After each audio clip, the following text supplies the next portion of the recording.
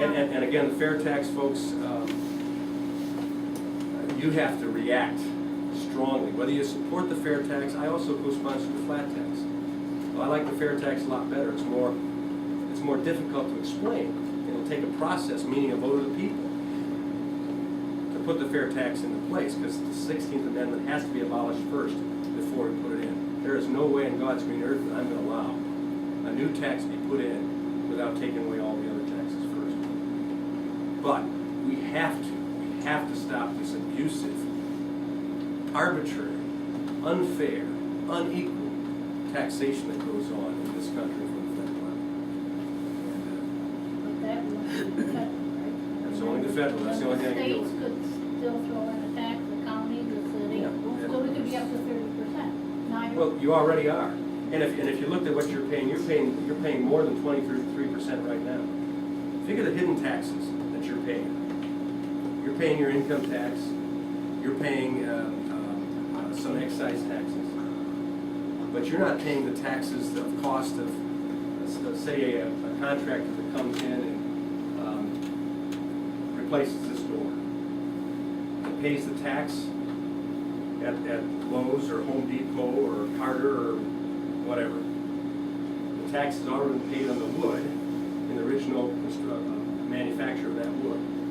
And so all those taxes add in. You're paying at least 23% right now, plus what you're paying the state and local level.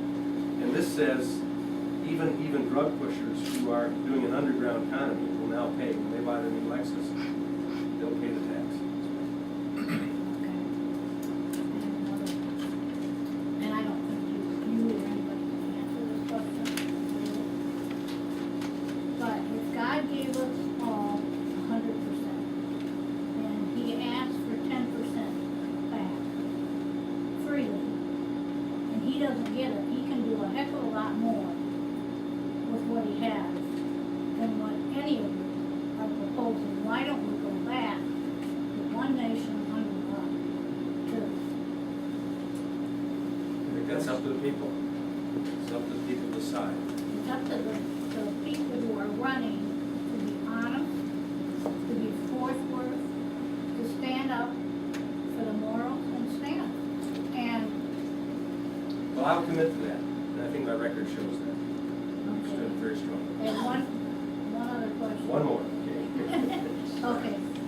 FEMA, I understand Congress has given FEMA the authority from like 2004 to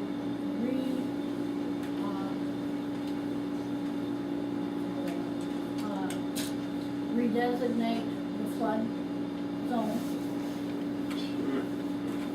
And now, your people here in this town have been put, like Columbia, in a flood zone.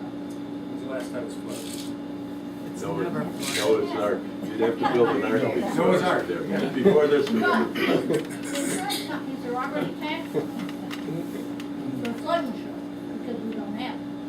Now, at these meetings, and we had some heated meetings, You ought to. I didn't see you or any of your representatives. I saw Mark Schauer's representatives, but they didn't know anything about it. So that's about saying the same thing. Well, you get me elected and I'll be there. I had no authority to be there. We've kept up to date on those issues, and we will battle it strongly. The federal government should not be coming and doing this arbitrarily, with no data. It's only another power grab and finance grab. Continue to fund government. Happens in Marble Scam. Township. It's total And scam. doggone it, we need to stand on our hind legs and say no to those type of things. We've come to accept that if government comes in, we have no choice. Now, wait a second, we do. And it happens first and foremost in the ballot box. It's ridiculous that we let the environmental agencies, the energy department that is not an energy department, it's a restriction of energy department, continue to go that way. And so then we come to these type of issues where now they're stepping down into local levels, where according to the 10th Amendment, they don't have responsibilities for that. When the federal government is trying to take over the control of the Great Lakes, I will fight them tooth and tong. And those are our lakes. And that's why I stood up against them when I was in Congress. They weren't trying to take over Lake Columbia at the time. Well, that's just one of. Well, they're trying to do it up at Evans Lake, they're trying to do it in Lake Hudson and other places.